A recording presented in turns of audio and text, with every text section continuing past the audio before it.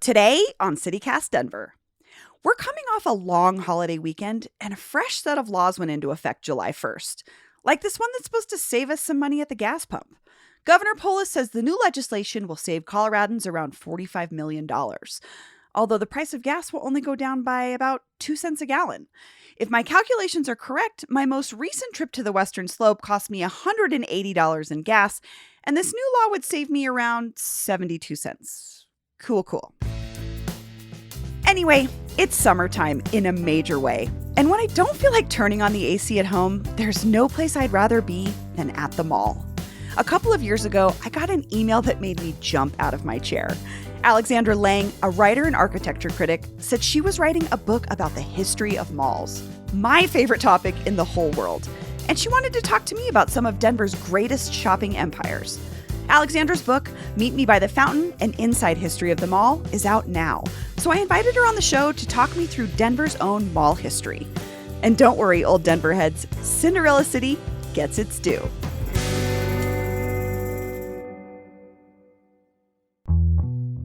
Today is Tuesday, July 5th, 2022.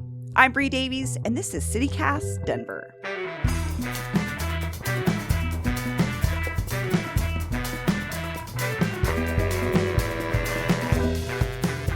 Well, Alexandra Lang, welcome to CityCast Denver. Thanks for having me. So you wrote a history of the mall, and I love malls, and I loved your book. But I know you as an architecture critic. Why did you want to write about the mall?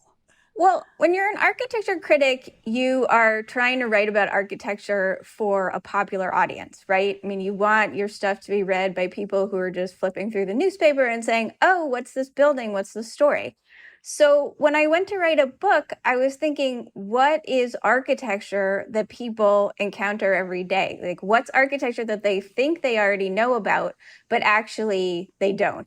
And malls seem like a perfect example of that. I mean, we've all been to the mall. Many people love the mall, but I don't think most people think about it having a history. Yeah, that's a great point, because I feel like the mall's always been there, right? It's just a thing that exists. Yeah. If you're Gen X or a millennial, I think the mall was just a fact pretty much anywhere you lived. Like, that's what you did. Like, you went to the mall, usually with your mom. And then when you got a little older, you tried to get your mom to drop you off at the mall. And you don't think about there not being malls, or, malls being different ways over time and the rest of it. So yeah, it felt really ripe for people our age to kind of get into the deeper and sometimes darker history of the mall. So your book covers the mall as this thing in mostly American society. You talk at the end about sort of the global impact of what a mall is. But what I loved about it was the history is kind of applicable to any sort of major city in America. And for Denver, we have a couple of malls that really are imprinted in people's brains. Some of them still exist, but most of them are demolished. So I wanted to walk through a couple of my favorite malls and touch on them with you to help me understand their role in sort of the history of the mall. So we had this mall called Cinderella City, and it was a giant mall. I'm sure you've heard of it. I've seen pictures of it. It's one that people like to post on Instagram and some of the dead mall accounts because it was pretty spectacular looking. Yeah, it was gorgeous. It was huge. It was built in the Denver suburbs in the 60s, and it really kind of had a short lifespan. It lasted till the late 90s, and it was kind of your typical middle-class mall in terms of its offerings. But it was this mall that was like right at the prime time of the mall boom. So what killed a mall like Cinderella City? I mean, the easiest answer to that is capitalism. A mall like Cinderella City that was built sort of in the first flush of mall building in the 1960s, when malls were really new and exciting, tended to get boxed out in the late 80s, early 90s by the second great wave of mall building, when new mall developers thought, hey, Cinderella City is doing okay, but it's looking a little tired. Why don't we build a new mall, 5 miles, 10 miles further out? Because now the suburbs have expanded. So that new mall is new, first of all, and people love new things. Maybe it has slightly better department stores. Maybe it has the Hot Topic. It has various draws that are completely up to date. And so that new mall steals all the shoppers from the old mall. And then the old mall flails around for a little while trying to reposition itself. But ultimately, it can't compete with the new mall. Oh my God, that's exactly what happened to it. Yeah, well, this is like one of the points I try to make, which is that at their peak, there were 2,000 malls in the US. So there's no way my book can cover all of them. Totally. But I'm trying to talk to people about the patterns behind the malls because those patterns repeat everywhere. So I think even if I'm not talking about your mall, you can kind of say, oh, what she's talking about in Dallas or Michigan, like this happened in my city too. So these patterns are really applicable in a lot of places because the development of most post-war suburbs was pretty standard in a lot of places.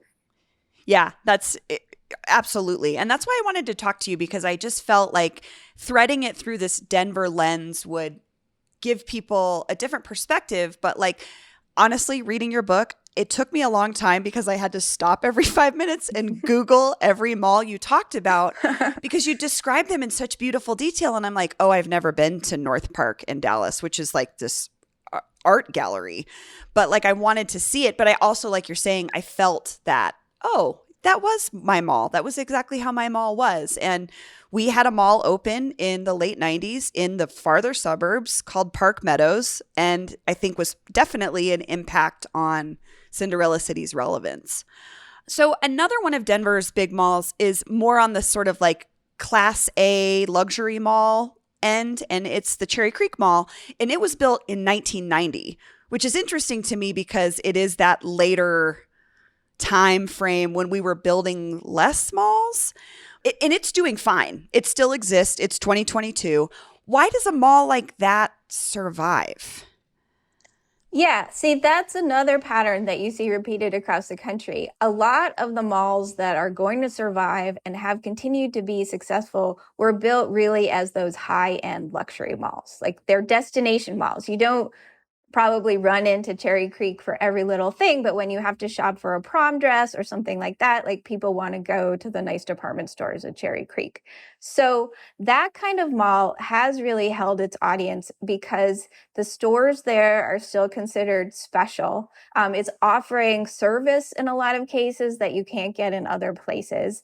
And it's an outing. It's a special event. So it's like they've held on to that glamour factor in a way that more kind of mid-range, regular malls haven't.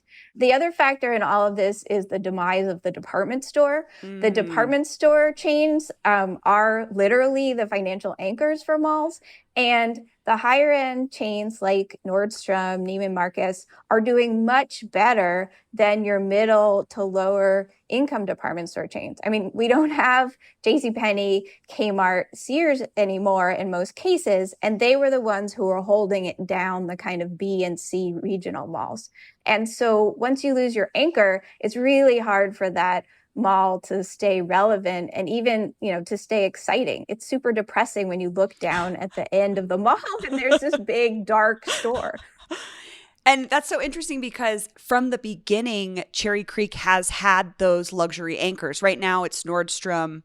I think Neiman's is still left, but when it opened in 1990, it was Saks Fifth Avenue, Lord & Taylor. It did have what was then known as Mady and F, which eventually became Macy's, but that was like the most mid or working class department store that existed in that mall. So one other mall I wanted to talk about here was called Buckingham Square. And part of the appeal for me as a teenager was you could smoke in it, which is so gross to think about now. But, and you talk about this a lot in your book, the relationship that teenagers have to malls. And you also touched on this relationship that the mall has with teenagers is kind of fraught. Like, is it a place for them or are they a menace? Like, what did you find in your research about the relationship of the mall and teenagers?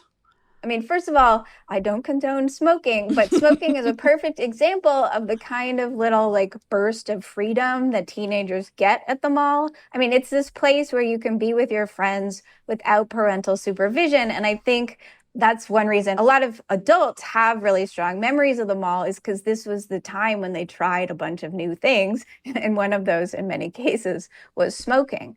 So, yes, the mall can be a place of freedom, but also, in a lot of cases, the mall also tries to regulate teens. Like the mall is kind of afraid of teenagers. The ideal mall customer for a long time was basically a white middle class mother, and they're afraid that she'll feel threatened in some way by a group of kids being loud. So they try to kind of keep teens in the food court, or they try to keep them in arcades, which are always like in a dark hallway, like away from the fancy shops. And they try to regulate them also with codes of conduct. And those codes of conduct can say things like no more than 4 teenagers can be at the mall without an adult. Teenagers can't be at the mall after 6 p.m. All kinds of things that really kind of regulate their behavior and regulate their ability to gather as a group of kids. Yeah, that the rules and regulations part's always interesting to me. And it was always like selectively enforced, I think, depending on the time of day, how busy things were. But the hiding in plain sight thing, too, is very much something that was so appealing to me about the mall. But you interviewed me and my friend Yvette about the 16th Street Mall here in Denver. And I'm just curious from an outsider's perspective, what do you think about the 16th Street Mall? I think that the 16th Street Mall has great bones, right? I mean, it was designed by a terrific team of architects. It was supposed to be this transit way so that the center of the city could be served by public transit, but also like have spaces for people to gather and kind of move freely. It had kind of different amenities along the way. But I think over the years, the sense of publicness and the public amenities there have really been eroded. And one of the things that I was talking to you and Yvette about kind of fears about the homeless population had really eroded some of the structure that the 16th Street Mall was originally set up to support. So it's not really working the way that it was intended. And in order to make it work that way again, a whole host of, social services and, public space improvements really have to happen. Thank you for saying that. What? Okay. I agree. No, I agree. Yeah. It's just something, it's a common conversation we have here in Denver is that, like you're saying, those basic needs aren't being met for anyone who wants to use the mall, whether it's restrooms or you talk a lot about this seating areas, things like that, lighting and stuff like that. And it just automatically kind of gets siphoned into this complaint about homelessness. But in reality, we're not serving anyone. Yeah, I have had so many conversations this summer about public bathrooms and public seating in multiple cities. I mean, I was just in Washington, D.C., and they have this beautiful Beaux-Arts Union Station, and they took all the wooden benches out of the main part of the station because of homeless people. And it's just, we're destroying the public realm for everybody because of fears of homelessness. But the only way to solve homelessness, help homeless people, is by building more housing. Yeah, absolutely. 16th Street Mall was built like in, I think, the early 80s. Where does it fit in this sort of history of malls, this kind of outdoor pedestrian space? Yeah, this was actually a really fun history to research, the pedestrian mall history, because pedestrian malls are basically an urban fad where there were about 200 built between like 1970 and 1985, and now all but about 25 of them are gone. So they were one of a number of strategies that cities use to try to lure people back downtown from the malls. I mean, there's this kind of amazing cycle of downtown boom, downtown bust. Okay, we'll build malls. Oh, wait, the malls have taken everyone out of downtown. We need to make the downtown more like a mall. And you just see the, city leaders basically spinning their wheels and trying to figure out how to fix the problem of wanting people on the streets, wanting a healthy business environment and services. And how can we do that? And pedestrian malls were one way to do that because it was seen as kind of fixing up the existing historic downtown and offering more amenities and more events and skating rink so that people would want to be there and not in the suburbs at the mall. Yeah, totally. It's funny because we're right now pouring millions of dollars into redoing the I.M. Pei's granite work, like the design, because that's going to fix the problems downtown. I don't know. Are you still quoting 30-year-old movies? Have you said cool beans in the past 90 days? Do you think Discover isn't widely accepted? If this sounds like you, you're stuck in the past. Discover is accepted at 99% of places that take credit cards nationwide. And every time you make a purchase with your card, you automatically earn cash back. Welcome to the now. It pays to Discover. Learn more at discover.com/credit card, based on the February 2024 Nielsen report. So a big struggle for malls in general is this role of it as a public space. Like, is it public or is it private? And I think the 16th Street Mall in particular is like almost 20 downtown blocks, right? It's like an open space, but it's been criticized as being policed as a private space. What do you think about the idea of the mall as a public space?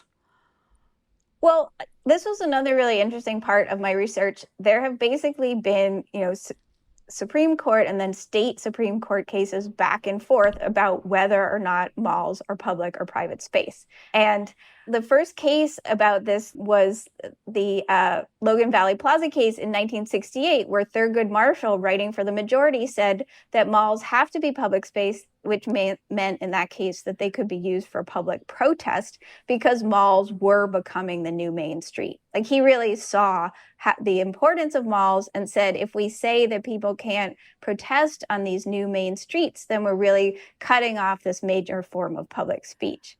That said, things like the 16th Street Mall and other malls that are governed by business improvement districts do hire private security and private cleaning staff. And part of the underlying reason for that is to make them feel more like a private space and get policed more than a private space. However, they are still public space. And as far as I know, Colorado is a state in which you are actually allowed to protest at the mall. They have a different state law. So people should feel free to protest there. I mean, it's like, don't be distracted by the signs of privatization. It is a public space. That's a good tip, because that absolutely does happen. Like, it is, in this case, the 16th Street Mall does function a lot as the public square, and that it is often a space where protests come through the downtown. The last thing I want to touch on is the dead mall narrative. And in your book, you said in 1980, the media also raised the specter of the death of the mall for the first time. And then later you said, malls have been dying for the last 40 years.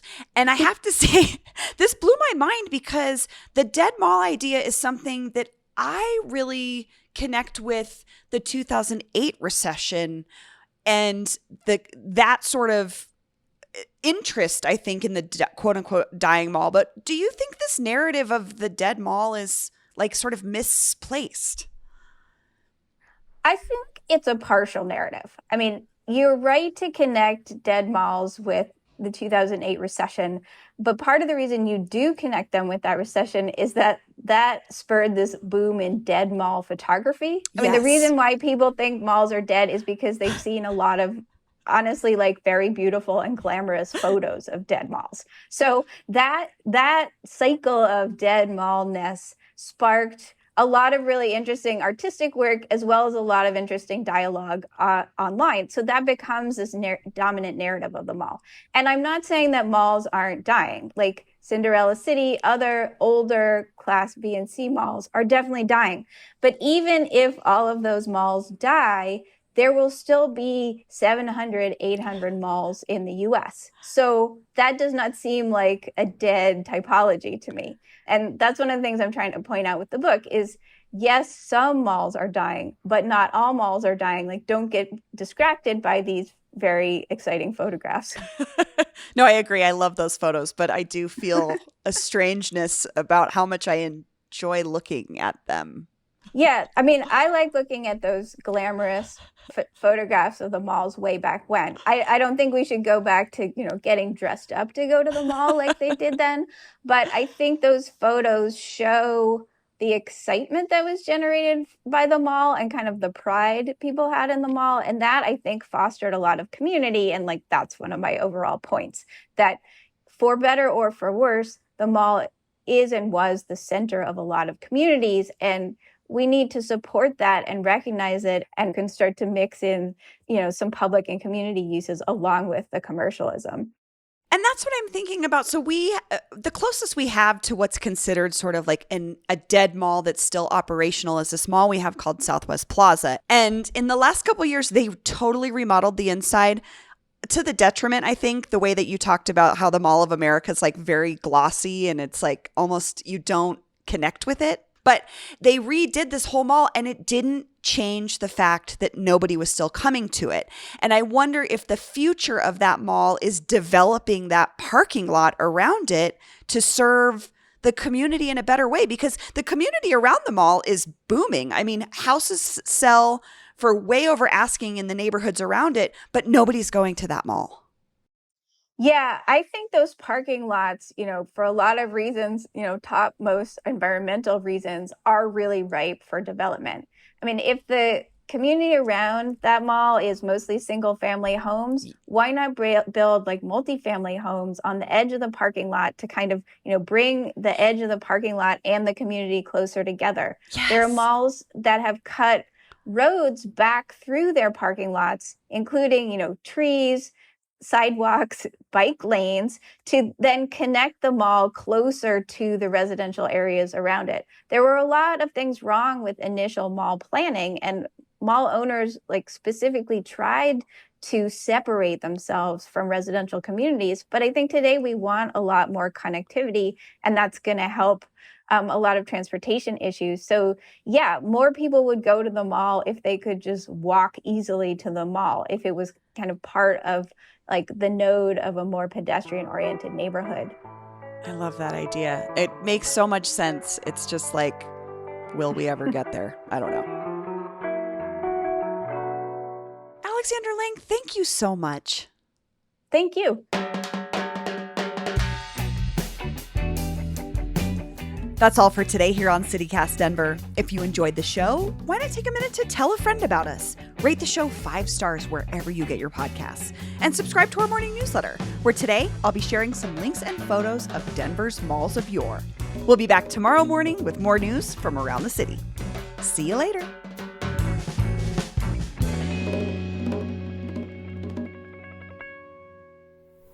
Gifts from Mom, the Graduate and Summer Fun, are all at your Kmart Sports Centers.